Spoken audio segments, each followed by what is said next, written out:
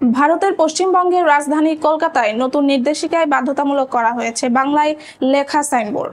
কলকাতা পৌরসভা ঘোষণা করেছে আগামী 30 সেপ্টেম্বরের মধ্যে শহরের সব বাণিজ্যিক প্রতিষ্ঠান, দোকান, অফিস, শপিং মল, রেস্তোরাঁ, হোটেল, হাসপাতাল ও ডায়াগনস্টিক সেন্টার তাদের ব্যানার, হোল্ডিং এবং সাইনবোর্ড বাংলায় লিখবে।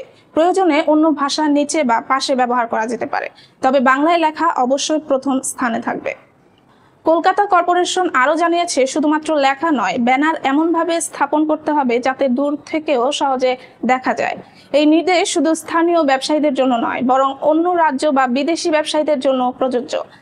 জানা গেছে, একই ধরনের নির্দেশ গত বছরের 30 ডিসেম্বর জারি হয়েছিল, কিন্তু তখন তা বাধ্যতামূলক ছিল না।